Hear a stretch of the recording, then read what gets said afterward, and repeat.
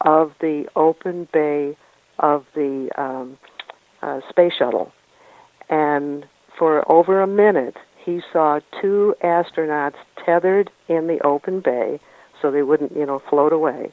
And there was a tall alien in a spacesuit, but he said was probably about 8 to 9 feet tall, had normal human-type proportions, and was animated in talking to the two astronauts, was using his hands, in the conversation. Well, he made the mistake of telling somebody else at NASA what he had seen, and he ended up losing his job because of that. And not only did he lose his job, he lost his pension. He got blackballed, so it became almost impossible for him to find any other kind of work. At the time, I was living on the Space Coast, right on Cocoa Beach, between Patrick Air Force Base and the Space Center. And I had the good fortune of meeting him in someone's home where there was only about 12 people there. And this was right after he had lost his position with NASA, and you could just see the raw emotion in the man, and you could just, nobody could act that way. It was he just rang with truth. And the poor man, I felt sorry for him because his girlfriend was Judy Resnick, who was one of the astronauts that was killed when the Challenger went down. Oh, boy. So he was still in emotional pain from that. And here he's now, I don't know his age. He must be well into his 70s now. And, he's still he's living on Social Security and trying very, very hard to get this word out, and he is still blocked by the government that doesn't want this out there. Well, he's really actually lucky he didn't have a heart attack or a car accident right after that. I hate to say it. I know. Yeah, well, I won't get into another story, but there was one of the stories we did. The man, his wife, is totally convinced that he was, put out of existence because he said a little too much. Well, it scares me. I had an ex-government agent on my show, and I did check him out, and he was for 10 years. And one of the things he slipped up when we were talking about, they got a device. They can sit out, across the street from your house, aim this little device at you, like if you're in a living room. And know everything you're saying. No, they can just push a button and you have a heart attack. Oh, gotcha. Yeah. Yeah. And, isn't that creepy? Yeah, well, I guess they have come a long ways in electronics, be able to get somebody a heart attack that way, but I tell you, it just makes you wonder about a lot of things. It seems like, anytime somebody divulges too much, there's either a car accident or they have a heart attack or they're totally disgraced, and then all of a sudden their information about them is expunged off the internet and, everything as fast as they can do it. Or not only will they try to if they can't totally wipe it away, they will then do everything they can to make the person seem like a fraud. Oh, yeah. Or whatever. So they have different tactics, and quite frankly, I'm quite sick of the government being secretive about so many things that really do not need to be secret. No, I honestly think if they would have divulged a lot of stuff years ago, now it's in the situation, honestly, I do still think if something ever happened, bad, I still think a lot of people would panic, and I think chaos would happen. I think if they would have been honest and upfront years ago, I think the people would have slowly accepted it. They could have done it the right way. They haven't done it the right way. Anytime they bring anything out, they purposely wait a few days and then they debunk it, and just enough to keep people confused. And that's a disinformation tactic, one among many, and they're really good at mixing truth with fiction to, just muddy the waters, and there's many, many tricks that they do to, just muddy the waters. I don't know what else to say. Now, changing the subject, any recent Bigfoot sightings in your area at all? Let's see. I'm trying to remember what you and I talked about before. Um, Nothing real dramatic, quite honestly. The most recent thing, and I don't think I've ever talked to you about it, is after many years, we finally got a photo of what looks to be a Cherokee Little Person. Did I talk to you about that? No, no.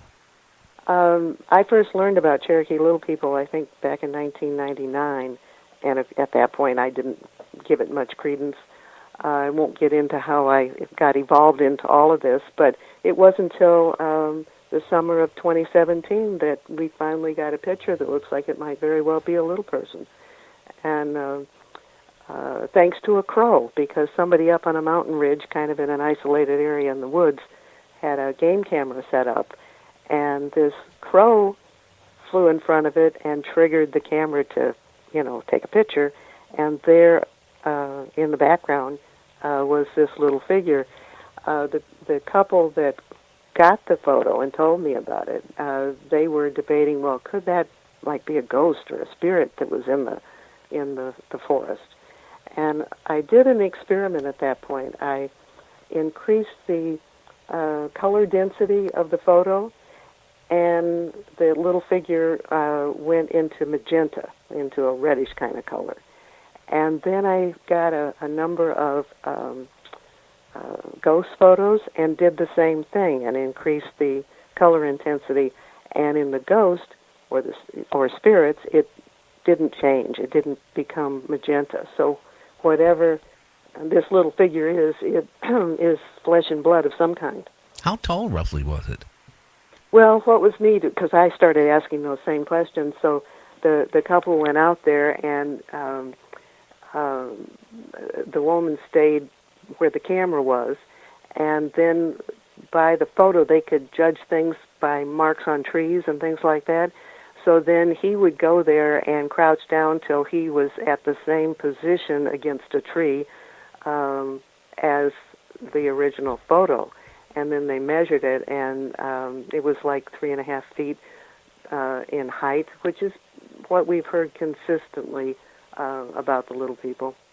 Oh, wow. What was it dressed like, out of curiosity? It was not dressed. Okay. We can see it had. You could see the back of it. You could see the shape of the butt. You could see the arm to the side, and you could see dark hair. And it was taken in August, and it was very hot. And I guess if you're running around in the woods, clothes aren't necessary. At least there was no sign of clothes from the posterior section. Oh, wow. That would be so awesome to get a picture like that. I mean, that would, you hear all these people, freaking out trying to get, Bigfoot pictures and stuff like that. And then, I got a guest coming on here in next couple of weeks talking about little people that she saw them. And then, this backs up her story, because when I first heard that, I kind of, I don't know about that one. But, to get a picture of something like that kind of gives you proof. And you're right about, shifting the colors and stuff like that. A ghost picture, if you take a real true ghost picture and you start manipulating it around, it'll go more brighter, but it certainly doesn't go and change colors. Right. It doesn't go to magenta. So I thought that helped make it more convincing that the picture might very well be what we thought it was. But the other kind of proof that I got was what I used in the book that I wrote called Cherokee Little People Were Real, and that's when I interviewed old-timers who had been involved with the construction of buildings at Western Carolina University, which is here in the mountains of western North Carolina. And they found these little tunnels cut in very dense red clay.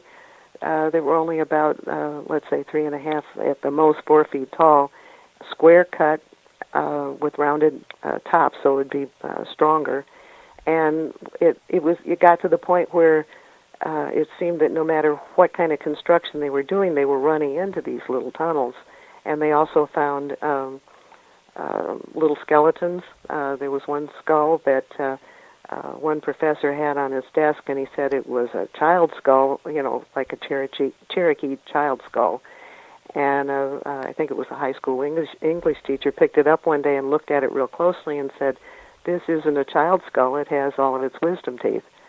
Now, there is news regarding that. I overheard somebody at Dunkin' Donuts, and it was a student who was a senior at Western Carolina University in anthropology. And when I heard her say anthropology, my ears picked up, and I started a conversation with her. And I just learned this last week. And she said that the skeletons that they had in sort of like the vault for the anthropology department had all been shipped to the Smithsonian within the last 2 years. And I found that very, very interesting because other anthropology students from a few years ago said that they had the little skull there, and they even had the skeletons of giants with 6 toes. They had 2 of those. Oh, wow. Sadly, I really regret that things were sent to the Smithsonian because there's been entire books written by people in the last couple of years with evidence that all sorts of giant skeletons have been shipped to the Smithsonian, and then they get lost or buried in some closet somewhere like they don't exist. Yeah, purposely, Purposely. And I think it's real sad that institutions like the Smithsonian and like universities will, let's say, hide again from the public things that they just don't want out there. They don't want to have to deal with a changing understanding of our history. That's one reason. Another reason here at our university was nobody wanted to stop their construction projects. So those are 2 things that get in the way of true exploration.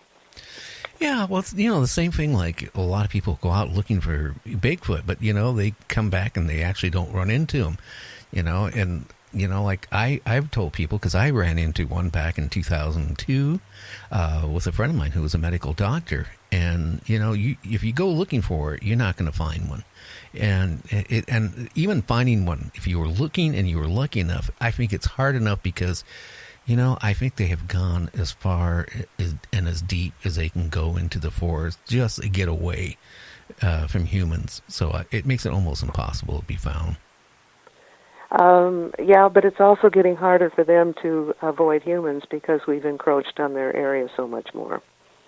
Yeah, I always wonder where wildlife go. When I bought my house here 20 years ago up by Gig Harbor, Washington, it was all forest area where I bought my house. I mean, go down my street, there was only a couple houses, but everybody had acres and acres of cedar trees.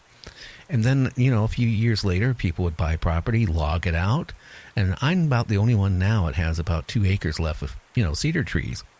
But when I first moved here, Mary, I was driving home and I just parked my car. I got in the house. I was looking out the one window, and there was a bear and its cubs walking down the street. That was the last and first time I ever seen it. And then when I first moved here, there was a lot of deer, hardly any deer anymore. Where do they end up going? They just go somewhere off and die off, or I don't know, because everything is building up all around it. I don't know any places where they can go. And that's why you hear more stories, I think, with the Bigfoot, where they try to scare people off from, it's like their last stand. I don't hear stories, at least in this area, of Bigfoot ever hurting anybody, but they will try to scare you, and the volume of their voice often is enough.